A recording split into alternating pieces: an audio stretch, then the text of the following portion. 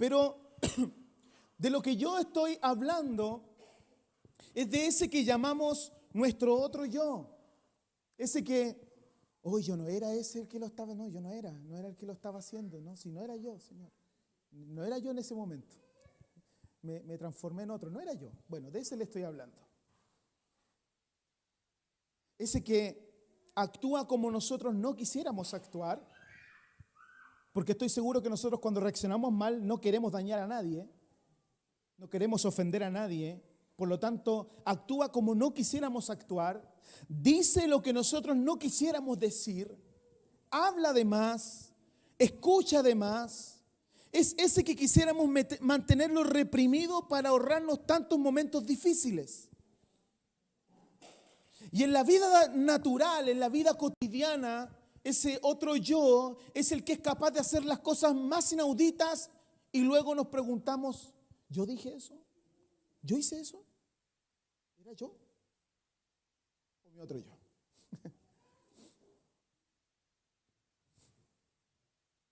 Y en la vida cristiana, más apegado al lado espiritual, ese otro yo es el que peca sin querer queriendo. Es el que reacciona de una forma y luego dice, ese no soy yo. Es ese que le falla a Dios porque es más fuerte que su hombre espiritual o su mujer espiritual. Es el que día a día se va enfrentando a tu ser espiritual que está conectado con Dios. De ese te estoy hablando. En el mundo espiritual, los judíos tenían una definición súper clara para esta lucha de la que le estoy hablando. Porque ¿cuántos saben que los cristianos luchamos contra eso? Si usted no está luchando, venga para que lo unjamos con aceite hirviendo, con un bofetada santa. No, si usted es cristiano, debe luchar. Es parte de la vida cristiana luchar. Y bueno, para esta lucha de la que nos está hablando aquí la palabra, los judíos tenían una definición muy clara. Y creo que nadie conocía mejor este problema que los judíos. Ellos lo planteaban diciendo que en toda persona existen dos naturalezas. Las llamaban Yetzer Hatov y Yetzer Hara. Estas dos naturalezas, Yetzer Hatov y Yetzer Hara o Hará, que significaban la tendencia al bien y la tendencia al mal. Esas son las dos personalidades de las que nos enseñan los judíos. Porque los judíos estaban convencidos de que Dios había hecho al hombre con un buen impulso y con un mal impulso. Por esta causa, Dios dice, he puesto frente a ustedes el bien y el mal, la bendición y la maldición. Por lo tanto, ellos consideraban que Dios había hecho al hombre con dos impulsos. Había rabinos que creían que el mal impulso estaba en el embrión del ser humano antes del nacimiento. Era una especie de segunda personalidad malévola que estaba en el ser humano desde el vientre de su madre, en su embrión. Y era el implacable enemigo del hombre. Y acechaba toda la vida para destruir al hombre. Pablo el apóstol lo define así. Lo leímos al principio, pero voy a tomar algunos versos puntuales. Romanos 7:15. No entiendo lo que me pasa. ¿Alguien ha dicho eso? No entiendo lo que me pasa, pues no hago lo que quiero, sino lo que aborrezco. ¿Cuántos quieren hacer lo bueno? Bien. ¿Y cuántos lo hacen? Más o menos. Y cuando no lo hacemos siendo cristianos, llenos del Espíritu Santo, porque a más de alguno le debe haber pasado que el día domingo aquí habló en lenguas y saliendo de aquí habló otra lengua, pero lo bueno lo queremos hacer, pero surge esa pregunta del apóstol, ¿por qué no puedo hacer lo que quiero? Lo bueno, la intención está en mí. pero no lo hago. Y en el 20 dice, y si hago lo que no quiero, ya no soy yo quien lo hace, sino el pecado que habita en mí. Otro. Así que descubro esta ley, dice Pablo, que cuando quiero hacer el bien, me acompaña el mal. Eso lo creían los judíos, que era una especie de compañero nuestro, esa doble naturaleza, que nos acompaña desde el embrión y nos lleva a hacer lo malo, y la otra naturaleza nos lleva a hacer lo bueno. Así que, si lo vemos así, es una verdadera batalla campal en nuestro interior, el tener que enfrentarse a una naturaleza que solo busca satisfacer sus deseos más bajos. Eso busca la naturaleza carnal o pecaminosa, como la llama Pablo. Solo busca satisfacer sus deseos más bajos, y en el momento en que puede hacerlo, se olvida de todo lo bueno y de lo espiritual y se lanza a la vida. Así es que ese otro yo que habita en nosotros es el que no quiere servir a Dios. Ese otro yo no quiere obedecer a Dios. Ese otro yo no quiere honrar a Dios. Ese otro yo es el que no quiere orar, el que no quiere estudiar la palabra, el que no alaba a Dios en la semana. Ese es el otro yo, el que no quiere honrar de ninguna forma a Dios. Es ese que cuando estamos mal no queremos nada y todos son malos, la iglesia es mala, el pastor es malo, los hermanos son malos, hay puro hipócrita. Ese es el otro yo. Hace poco hablaba con un vendedor de cannoli que va a la barbería. El cannoli es un postre italiano, como el tipo cachito que, ¿conocen los cachitos que llevan crema o manjar? Es tipo parecido a esa masa, más rica, pero tipo cannelloni, como de la pasta, canelones, como un tubito, relleno de manjar, tapado con crema pastelera muy rica en los bordes, bañado en chocolate y con azúcar flor encima. Y usted mastica y... Yo creo que en el paraíso van a haber árboles de canolis. Bueno, él iba a vender canoli a la barbería y lo conversaba con él porque llegó, dijo Dios, bien, gracias a Dios, y ustedes también, supongo que gracias a Dios. Sí, por supuesto. Y el Pablo le decía, no sé, hay cada uno con sus creencias. El Pablo seguía corriendo. El único con el que habla de iglesia es conmigo el Pablo, los demás no los pesca. Y el del canoli decía, sí, es que yo tengo mi fe, y decía, pero yo no voy a la iglesia porque son todos hipócritas. Y le dije, ¿para quién es la iglesia? Dijo, sí, pues verdad. Sí, pues le dije, yo soy hipócrita. ¿En serio? Sí, oh, qué honesto usted. ¿Tú también? ¿Un hipócrita o no? Bueno, sí, pues, porque a veces mostramos una faceta y en la casa somos otro. ¿Y eso es hipocresía o no? Sí. Ya, pues la iglesia es para esas personas, para los que no se sienten buenos, porque es un hospital de enfermos, sino un museo de santos. Somos gente que necesitamos del médico de médicos, si no, váyase a otro lugar porque aquí buscamos a Jesucristo porque lo necesitamos. ¿Alguien necesita de Jesús? Para eso es la iglesia. Entonces, ese es el que no quiere servir a Dios. Y este otro yo es el que hace que se produzca esa disputa en nuestro interior de sentirnos frustrados e incapaces de agradar a Dios. Porque los creyentes de siempre llevamos una carga en nosotros de que si hago lo malo o me equivoco o fallo, Dios se enoja conmigo y no me quiere ver ni escuchar porque Él no puede mirar el pecado, y es verdad. Pero yo estoy cubierto por la sangre de Cristo, aunque falle, Él me salvó, me aceptó por gracia. Y cuando me mira, no mira mi pecado, sino estaríamos todos destruidos hace rato, aunque estemos bautizados y todo lo que usted quiera. Estaríamos destruidísimos. Por lo tanto, esa carga nos hace sentir frustrados, incapaces de agradar a Dios. Yo creo que ustedes han sentido así, deseando honrar a Dios, pero surge desde nuestro interior un doloroso no puedo, me cuesta, no lo puedo lograr. Y Pablo escribe a los Gálatas lo siguiente en el capítulo 5, verso 16 en adelante.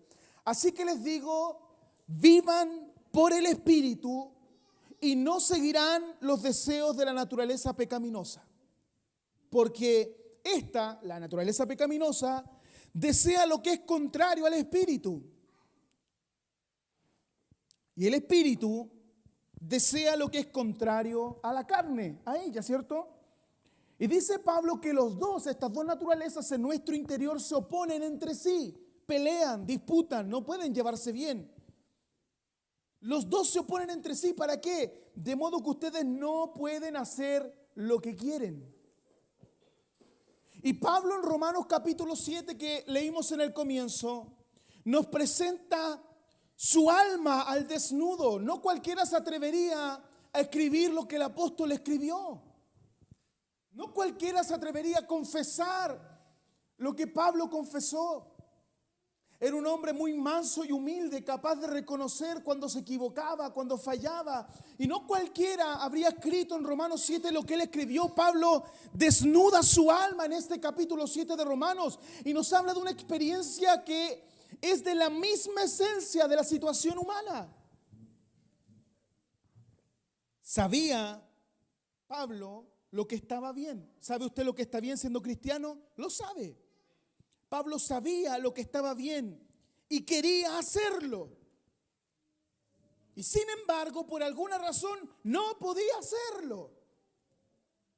Sabía lo que estaba mal y lo último que querría sería hacer lo que estaba mal. Y sin embargo, lo hacía. Se daba perfecta cuenta de que tenía una personalidad dividida en su interior, como si hubiera dos personas dentro de él, dentro de su piel, tirando cada una en sentido diferente. Le perseguía ese sentimiento de frustración, su capacidad para ver lo que estaba bien y su incapacidad para hacerlo. Su capacidad para reconocer aquello que estaba mal y su incapacidad para resistirse a hacer lo que está mal.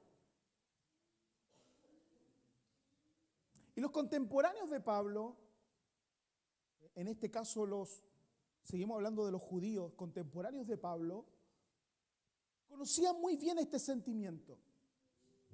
Lo mismo que lo conocemos nosotros. El filósofo Séneca lo llamaba nuestra indefensión en las cosas necesarias y decía que los hombres odian sus pecados y los aman al mismo tiempo. Los hombres odian sus pecados, la humanidad odian sus pecados, pero los aman al mismo tiempo. Porque si no, los soltarían, dejarían ir lo que los daña. Ovidio, otro filósofo, el gran filósofo y poeta latino, había escrito la famosa sentencia: veo las cosas mejores y las apruebo, pero sigo las peores.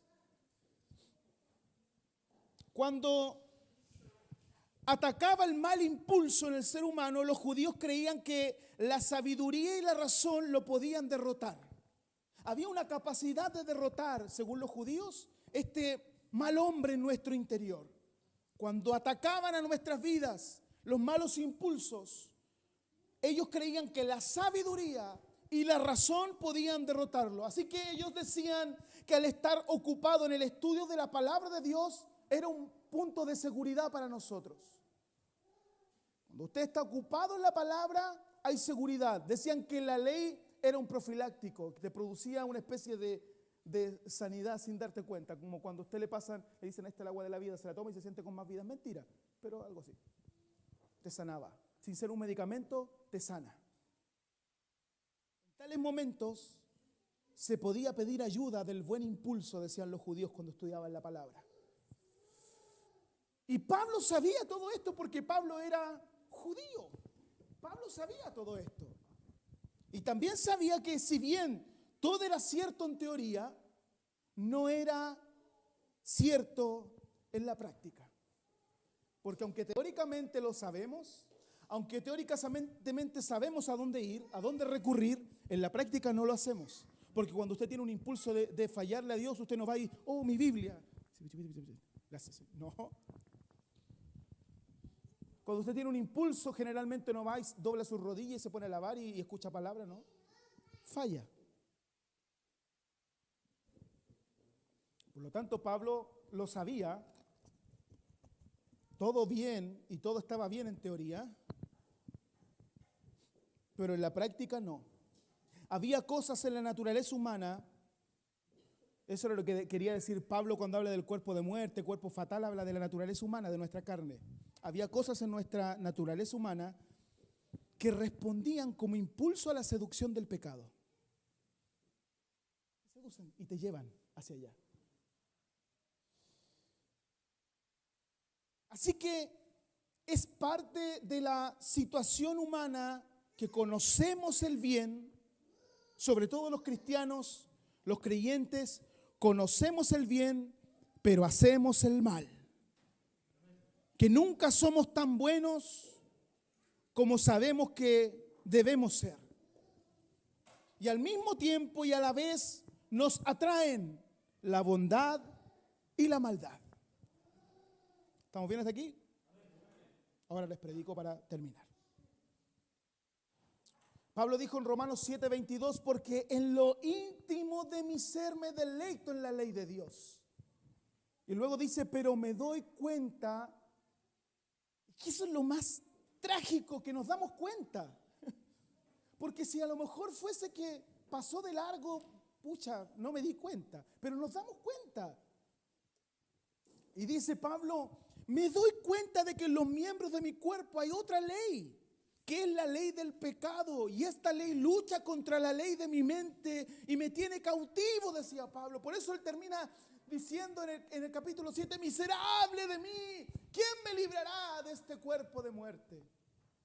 Porque así se sentía un miserable de no poder rendir su vida absolutamente y 100% a la obediencia a Dios como él quisiera, porque siempre había algo en él que lo impulsaba a hacer lo malo, sabiendo hacer lo bueno. Nuestro otro yo del que le estoy hablando también florece muchas veces porque nos escondemos. ¿Cómo nos escondemos? Escondemos lo que somos en ciertas temporadas de nuestra vida. Porque no nos gusta, primero no nos gusta lo que nosotros vemos. Así que nos escondemos. Una cosa es que no te guste lo que los demás van a ver en ti, y otra cosa es que a ti no te guste lo que tú ves en el espejo. Por lo tanto, lo que vemos en ciertas temporadas de nuestra vida no nos gusta y nos escondemos. Entonces lo que hacemos es fabricar otro yo. Lo fabricamos, lo creamos, otro yo. Un yo más atractivo, ¿cierto? Con buen perfume, vestido, bonito por fuera, atractivo. Un yo espiritual, superficialmente feliz. Que quiero que los demás vean que estoy feliz, pero sé internamente que no lo estoy, así que ese no soy yo, pero es superficialmente feliz porque quiero que es lo que los demás vean. Alguien superficialmente feliz. Escondemos lo que sabemos de nosotros mismos. Todo lo que asumimos que nos hace indignos para ser amados por Dios, y así nos escondemos detrás de máscaras espirituales que nos ponemos para que la gente nos vea y que crean que todo está bien. Porque yo los veo a ustedes hoy y parece que todo está bien y que nada marcha mal. No hablo de casa, no hablo de vida conyugal, no hablo de familia, hablo de ustedes. Como personas, como entes, los miro y pareciera que este mensaje resbala porque está todo bien. Porque creamos una especie de máscara para escondernos. Todos, de alguna u otra forma, aunque no nos guste, fingimos. Nos autoconvencemos de que estamos bien mirando las falencias de los demás. Eso nos ayuda bastante, mirar las falencias de los demás. Si otro falla, a nuestro parecer, peor que nosotros, entonces estamos bien. Esa es la lógica que generalmente usamos. Peca más feo que yo, así que yo estoy mejor. Pero fingimos, porque realmente no estamos bien como confesamos estar. Y la clave, si podemos llamarlo de alguna manera la clave, porque hay muchas formas, pero la clave, al menos en lo que estamos hoy hablando, para ser libres de ese otro yo, que tenemos primero que saber que nunca nos va a dejar tranquilos. Está ahí, es parte de nosotros. Pero la clave para sentirnos libres es ser libres en Cristo. Buscar la libertad en Cristo. Dejar de reprimirnos y confiar que Dios puede darnos la salida. Hace unos meses lo hablé con un joven. Tal vez lo que tú estás pasando para los demás sea horrible. Para mí no lo es, así que gracias por compartirlo. Pero no sigas luchando, porque no vas a ganar. Y creo que se los prediqué una vez. No sigas luchando porque no vas a ganar. Déjaselo en las manos a Cristo. Él puede darnos la salida. Ahora, mientras sigamos intentando con nuestros torpes esfuerzos humanos, vamos a fracasar. Pero si nos rendimos en los brazos de Cristo y le reconocemos cómo estamos y contra lo que batallamos y nuestras duras luchas diarias, y no intentamos cubrirnos ante Él porque es lo más tonto que podría hacer, intentar cubrirme ante el que todo lo ve y todo lo sabe y que me conoce desde el vientre de mi madre. Si yo no intento cubrirme y reconozco cómo estoy ante Él, contra lo que batallo, mis duras luchas, y dejo de cubrirme con ese mero ropaje de santurronería, Dios nos va a escuchar y responder. Pero debo descubrirme. Y estoy terminando. Dios ama a quien realmente somos, aunque no nos guste, porque queremos que ama ese que aparenta de santidad. Pero Dios no ama a ese. Dios ama a quien realmente eres. No a ese otro yo. A ese no lo ama. Ese quiere que lo mantengas ahí, amortiguado, dice Pablo, amortiguado, miembros carnales, dice Pablo. Ahí, bajo presión quiere que lo tengas. Dios no ama a ese. Aparte que es parte, además que es parte de tu personalidad, Dios no lo ama. Dios ama al genuino, al que realmente eres. Aunque no te guste, ese es a quien Dios ama. Dios no está interesado en ese otro yo en nosotros que aparenta piedad. No le interesa. Dios no está interesado en ese que aparenta santidad. Dios no está interesado en ese otro yo en mí que aparenta que todo está bien y que no necesita de nadie. Dios no ama a ese ni está interesado en ese. Dios está interesado en mí, en ese que se esconde. En ese que está escondido como se escondió Elías. Ese que está escondido y huye como huyó David. En ese está interesado. A ese Dios lo buscó. Dios no se quedó en el campo de batalla cuando Elías clamó a Dios para que destruyera los Baales. Dios no se quedó en el campo de batalla ahí, porque era el lugar de victoria. El lugar ostentoso, pomposo, donde todos alabaron por la gran victoria que dio Dios frente a los dioses de Baal, demostrando que Él era el Dios verdadero. Dios no se quedó ahí. Dios se fue a la cueva a esperar a Elías, porque Él te busca donde te escondes. Dios ama a ese que está escondido. Dios está interesado en ese débil y lleno de falencias que hemos cubierto con ropas dignas, porque nosotros lo cubrimos. Y es un poco lo que sucedió con Adán y Eva en el huerto de Edén. Cuando le fallaron a Dios, Dios los empieza a buscar, y en el capítulo 3, verso 9, Dios llamó al hombre y le dijo: ¿dónde estás?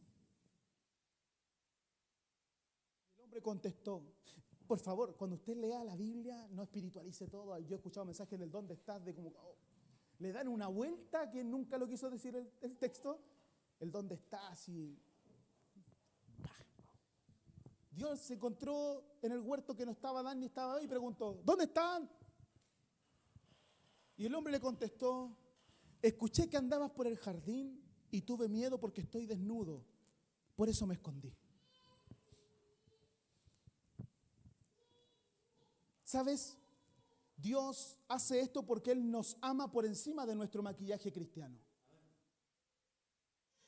Y cuando Dios nos llama a salir de nuestro escondite, como lo hizo con Adán, porque Adán lo hizo salir de su escondite, cuando Dios nos llama a salir de nuestro escondite, quiere que salgamos tal como estamos. No con disfraces, ni con ropas inventadas para cubrirnos. Porque no existe ninguna cantidad de maquillaje espiritual que pueda hacer que seamos más espirituales ante Él. ¿Cómo vas a intentar espiritualizarte delante del que todo lo sabe? No existe forma de maquillarnos ante Dios. Podemos engañar a todos, al resto de la gente, a tus líderes, a tu cónyuge, a tus hijos, pero no podemos engañar a Dios. Deja de creerte un gigante espiritual que lo va a cambiar todo y entiende que eres un hombre o mujer común y corriente que se encontró con Dios. Eso somos, gente común y corriente, y Él es el Dios de la gente común. Él no buscaba espectaculares. Nunca buscó un espectacular en la Biblia. Y cuando apareció un espectacular, no resultó que fue Saúl. Saúl era un espectacular, no funcionó. Dios es el Dios de la gente común. El Dios al que servimos no llama a gente extraordinaria, sino a gente común que tiene luchas comunes, que aunque no lo quieran, que aunque lucha contra ese otro yo, Dios lo ama y Dios lo llama. El Dios que toma de lo vil y despreciado de este mundo. Ese es el Dios al cual yo sirvo. Primera de Corintios 1:26, Pablo lo describe así: hermanos, consideren su propio llamamiento. No muchos de ustedes son sabios según sus criterios meramente humanos, ni muchos son los poderosos, ni muchos los de noble cuna, pero Dios escogió lo insensato del mundo para avergonzar a los sabios, y escogió lo vil del mundo para avergonzar a los poderosos. También escogió Dios lo más bajo y despreciado y lo que no es nada, para anular lo que es, a fin de que en su presencia nadie pueda jactarse. Él es el Dios de la gente común, y gloria a Dios por eso. Y eso busca en ti. Cada domingo que vienes acá, eso está buscando en ti. Nunca te vas a conectar con Dios con ese maquillaje que traes encima, con esa ropa santa que traes encima, con esa imagen santa que traes encima. No te vas a conectar con Dios, porque Dios quiere buscar a ese común y corriente que está en tu interior y que lo necesita con urgencia. Tomemos la identidad que Dios nos entregó. No somos ese otro yo que solo nos frustra en nuestro caminar diario, sino que somos hijos de Dios. Tú no eres tu apellido, ni lo que haces, ni lo que la gente ve en ti. Tú eres hijo de Dios. Ese que fracasa diariamente, sí, ese mismo. Ese o esa original, que no se esconde tras un maquillaje, que no se esconde tras un ropaje presuntuoso, con palabras bien elaboradas, con discursos hermosos aprendidos. Ese original que lucha cada día por agradar a quien lo llamó como su hijo, que batalla cada día con ese otro yo. Dios ama a ese o a esa original, ese que no usa máscaras, el que eres tú cuando nadie está contigo, el que eres cuando estás a solas con Dios, el que tiene esas oraciones íntimas que no quieres que nadie escuche ni conozca más que solamente Dios, el que vive, piensa y experimenta cosas en su vida íntima que no quieres que nadie más sepa. A ese Dios lo ama.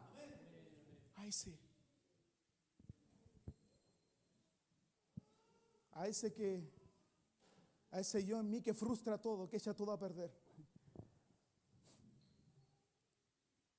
A ese de manitos con sangre. Lo que toma lo quiebra, lo que toma lo rompe, lo que toma lo destruye, lo que toma lo echa a perder. A ese Dios lo ama. A ese original, a ese común y corriente, que batalla todos los días, pero que ama a Dios por sobre todas las cosas. ¿Habrá alguno aquí? 2, 3, 4, 5, 6, 7, 8. ¿Habrá unos cuantos aquí así?